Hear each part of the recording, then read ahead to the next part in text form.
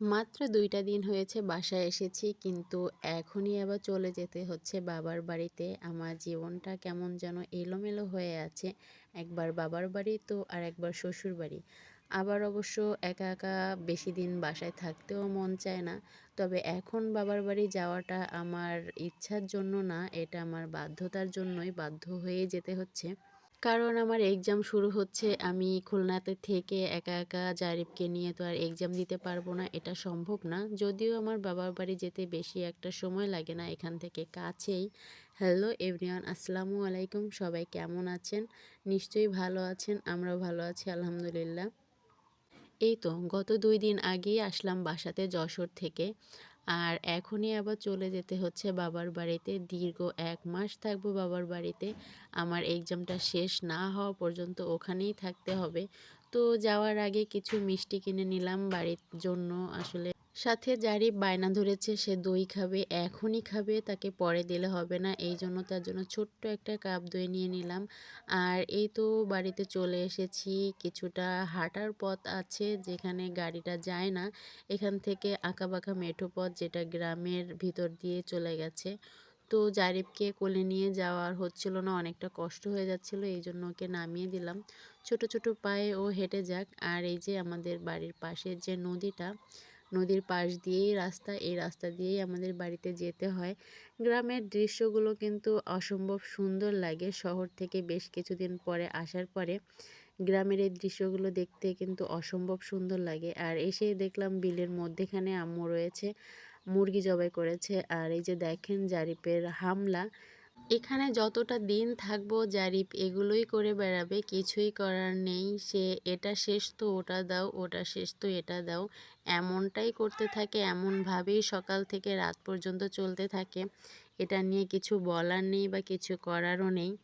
তার মধ্যে কিছু দৃশ্য দেখেন, তার এতটুকু মাথায় যে কতটা বুদ্ধি নিয়ে সে চলাফেরা করে, কিভাবে এটা হাতে পাওয়া যাবে বা কোন প্রসেস করলে সে এটা নিজে নিজে শিখতে পারবে, সেটা তার মাথায় অটোমেটিক নিজেরই চলে আসলো। আমরা তাকে কেউই শিখিয়ে দিইনি এই বিষয়টা।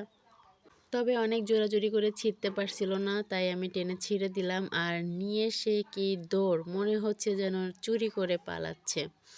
অবশ্য আমার আম্মু আর ও এই বিষয়টা নিয়ে খেলা করছিল। আর এই পাশে আম্মু রান্না করতেছে। একটা ডাব ছিল, জারিফ সেটা নিয়ে বসে আছে, কে কেটে দেবে খুঁজে পাচ্ছে না। কারণ আমি ডাবটা কাটতে পারি না। আর তার মামা ঘরে শুয়ে আছে, অনেকটা ঘুম ঘুম। মামাকে কিছুক্ষণ ডেকে টানাটানি করে এসেছে, কিন্তু সে আসেনি। আর এই যে দেখেন, তার আপা তাকে ডিম সিদ্ধ করে দিয়েছে, একাই খাবে, আমাকে দেবে না বলে অন্য পাশে ঘুরে আছে। আর পুকুরে মাছ ধরা হচ্ছে, চিংড়ি মাছ দরকার। কি রান্না করবে আম্মু? তো চিংড়ি মাছ ছাড়া আমাদের বাড়িতে কোনো তরকারিই রান্না হয় না। এটা সেই ছোটবেলা থেকেই দেখে এসেছি। একটা আর মাছ ধরে জারিফের ধরে অবস্থা দেখেন, চটকায় যে চটকায় কি মাছগুলো যে আজকে পাওয়া করছে ও। হয়েছে সেই মাছগুলোর জীবন আর আচ্ছা, গ্রামের জীবন বাড়িতে থাকবে না। এসে জীবনগুলো ক্ষেতের তেজপাতায় টাটকা করে ছেড়ে দেবে সবজি, আমার ছেলে। পুকুরের তাজা মাছ খেতে আপনাদের কেমন লাগে? চমৎকার না? আমার কাছে তো খুবই চমৎকার লাগে। এই যে দেখেন, একটা কই মাছ উঠেছে, যেখানে আমি ধরতে ভয় পাচ্ছিলাম সেখানে জারিফ তাকে ধরার চেষ্টা করতেছে। যে এই ছেলেটা কি কোনো কিছুই ভয় পায় না? আমি মাঝে, মাঝে নিজেই অবাক হয়ে যাই তার কাণ্ড কারখানা দেখে। মাছ হোক, ব্যাঙ হোক, পোকামাকড় হোক, ও কোনো কিছুতেই ভয় পায় না। কেন আমি জানি না। অনেক বাচ্চারাই আছে পোকামাকড় দেখে ভয় পায়, সরে যায় বা পালায়। তো আজকে মাছ খুব একটা উঠছে না। অল্প কয়েকটাই চিংড়ি মাছ পাওয়া গেছে, সাথে একটা দগরা মাছ। আমি এই আজকে দুপুরটাই একটু হাঁটাচলা করব বা ঘোরাফেরা করব। এর পরের থেকে শুরু হবে আমার ঘরবন্দি জীবন। জারিফকে দেখার মতো, টেক কেয়ার করার মতন সময়ও আমি পাবো না। সারাক্ষণই বইয়ের সাথে সময় পার করতে হবে। কিছুই করার নেই। সারা বছর পড়াশোনা না করলে যেটা হয় আর কি।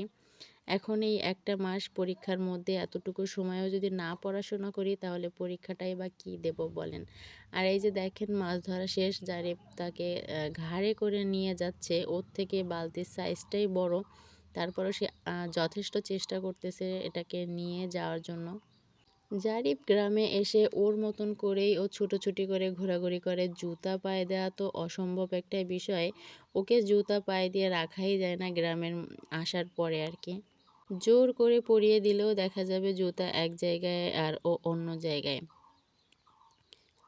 আর এই যে মাছগুলো ধরা শেষ রান্নাঘরে নিয়ে এসেছে আম্মু, এবার এগুলো আম্মু কেটে কুটে কাটার আগে রান্না এদের করবে আর সাথে জীবনগুলো জারিফ পুরো তো আছেই।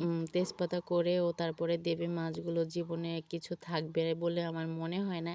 একভাবে একেকটাকে ধরে টিপে, টিপে, টিপে, টিপে কি করছে আমার ছেলেটা। যাই হোক, এই দীর্ঘ ১ মাসে ও কি করবে না করবে সেগুলো দেখার মতন সুযোগ বা সময় আমার কিছুই হবে না। আর এই যে এখানে হচ্ছে যে একটা সবজি রান্না করবে আম্মু, আর মাছ দিয়ে কি রান্না করবে আমি এখনো জানি না। চলেন আপনাদের আমাদের বাড়ির আশপাশটা একটু ঘুরে দেখাই। এই যে এখানে হচ্ছে দুন্দুল আম্মু লাগিয়েছিল, কিন্তু এদের অবস্থা দেখেন, না খাওয়ার কারণে এগুলো সব পেকে, পেকে গেছে। এরা নিজেদের বাড়ির সবজি বলে অতটা গুরুত্ব দেয় না। তবে এগুলো যদি শহরে হতো তাহলে বুঝতে পারত কি পরিমাণে দাম দিয়ে এটা খেতে হয় কিনে। আর এই যে আমাদের গরু দুপুরবেলা এদের পানি খাওয়াচ্ছে।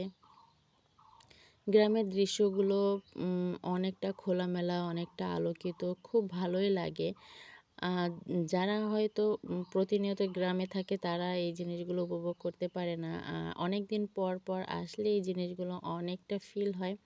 দুপুরে খাওয়া-দাওয়া শেষ করে এটা হচ্ছে বিকেলের অংশ। জারিফ আর ওর আপা বসে, বসে গল্প করছিল। আমিও একটু আসলাম এখানে। তো আজকে আমাদের ভিডিওটা আপনাদের কাছে কেমন লেগেছে জানাতে ভুলবেন না। আজকের মতো বিদায় নিচ্ছি। টাটা এন্ড আল্লাহ হাফেজ। আসসালামু আলাইকুম।